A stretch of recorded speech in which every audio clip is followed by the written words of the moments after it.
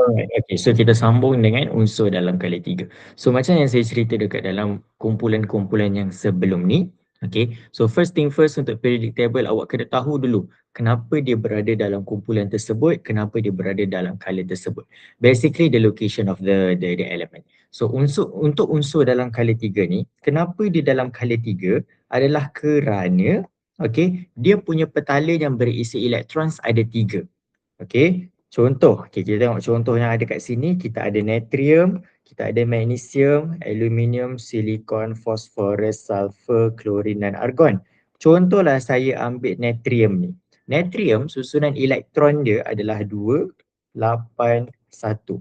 So satu elektron valence ni akan mewakili dia kumpulan berapa. Okey, so dia satu, so masih dia kumpulan satu lah.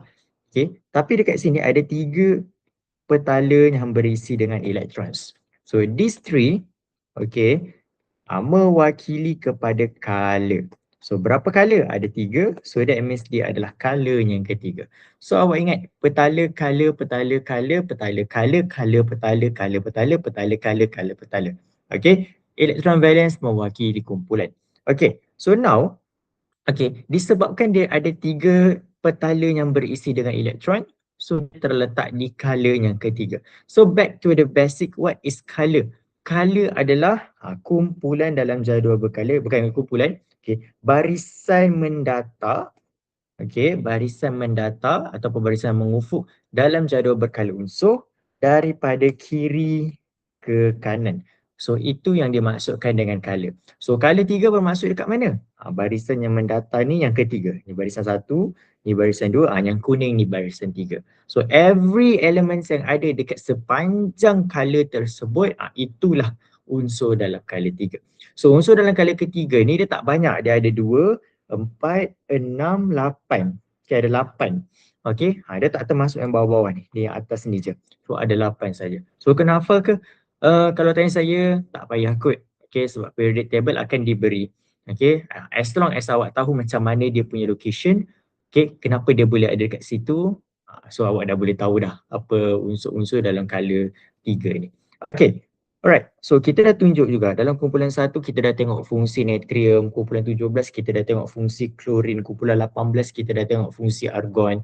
So ada unsur-unsur lain dalam color 3 yang kita belum belajar. Contohnya magnesium. Okay, so kita guna dia sebagai bahan penyala api. Okay, bahan dalam fire starter, bahan dalam lighter. Ataupun magnesium ni mungkin awak kata bahan dalam susu kan, dia letak as extra supplement, doesn't matter. It's up to you, mana awak rasa betul lah.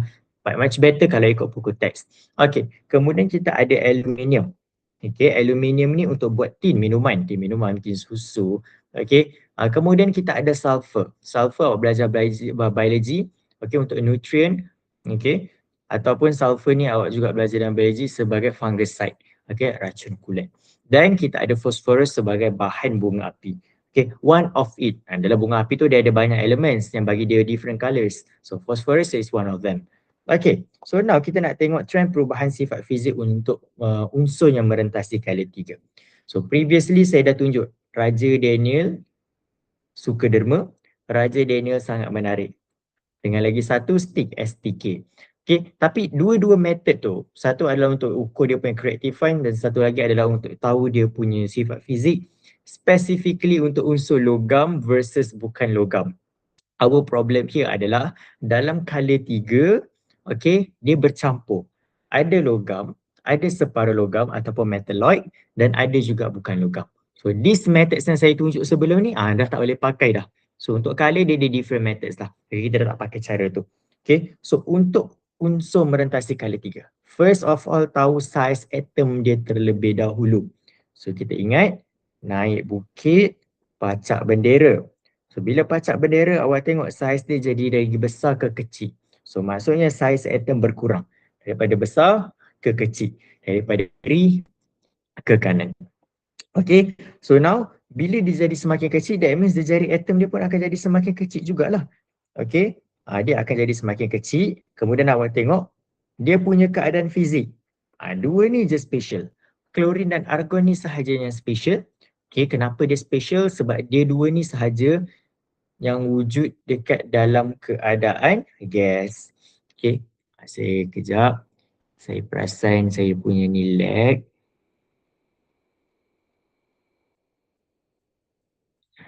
Bagi saya tukar connection dulu.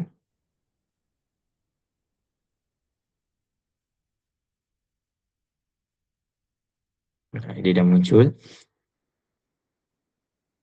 Okay, so dua ni je. Okay, klorin dan argon ini sahaja yang dalam keadaan fizik dia pada suhu bilik ialah gas.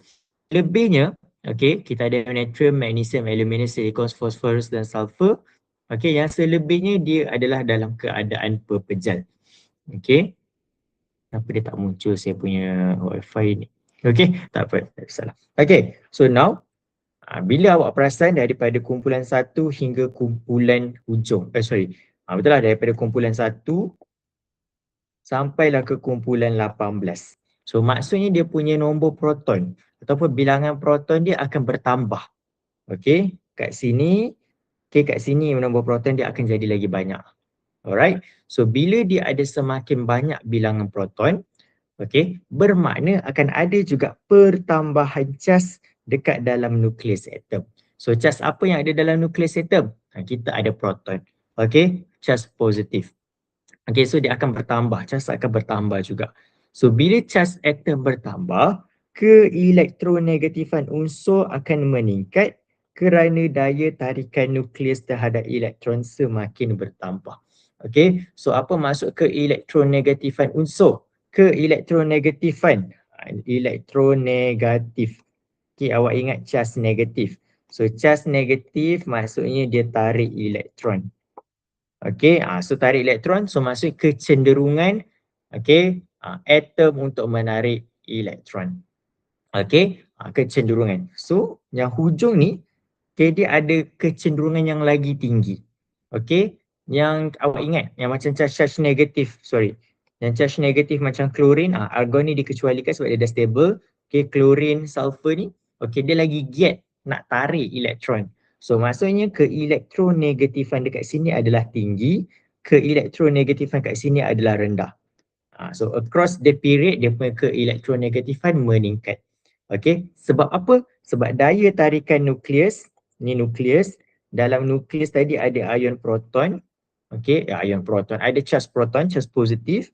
Dengan dekat bahagian luar kita ada elektron bercharge negatif. So daya tarikan ni, daya tarikan ni semakin bertambah. So yang tengah tu dia lagi cenderung nak tarik masuk. Kalau dekat klorin dan yang sebelah-sebelah kanan ni lah. Ini kita dah cerita sifat fizik dia, pepejal dan juga gas. Dan dia punya unsur dalam kumpulan kali, bukan kumpulan, dalam kali 3 ni pun, dia akan berubah daripada logam, kemudian separa logam dan akhirnya kepada bukan logam. So which part? Awak boleh tengok dalam jadual berkala. Dia ada spesifik, dia dah ada pecahkan ikut color dia masing-masing. So kalau dekat sini logam adalah ni natrium, magnesium dan aluminium. Separa logam ialah silikon.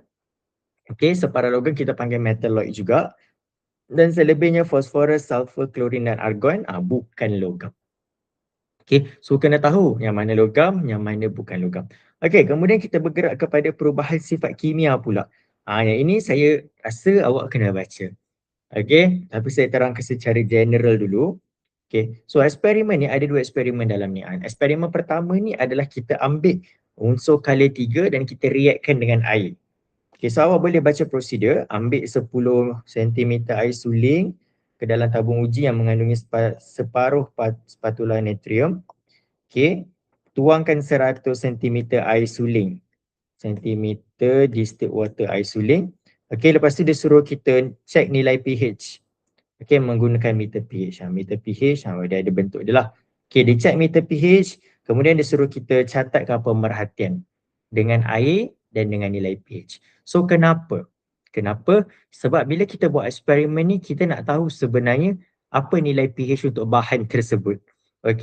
Natrium oksida bila kita tambahkan dengan air, so dia dah jadi larutan natrium oksida. Kita ambil pH meter, kita nak tengok berapa bacaan pH dia.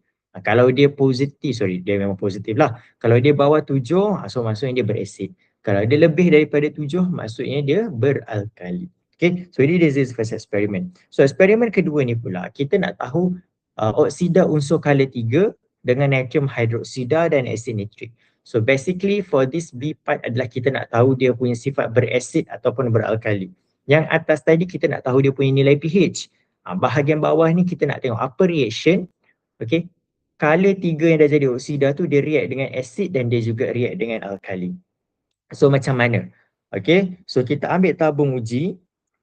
Okay, kita masukkan 1/4 spatula oksida unsur logam 3, unsur color 3. Contohnya saya masukkan magnesium. Magnesium adalah color 3 kan, tapi dalam bentuk oksida. So magnesium oksida masukkan ke dalam 2 tabung uji yang berasingan. Okay, masukkan. Kemudian tabung uji A ni saya tambahkan dengan 5 cm padu natrium hydroksida.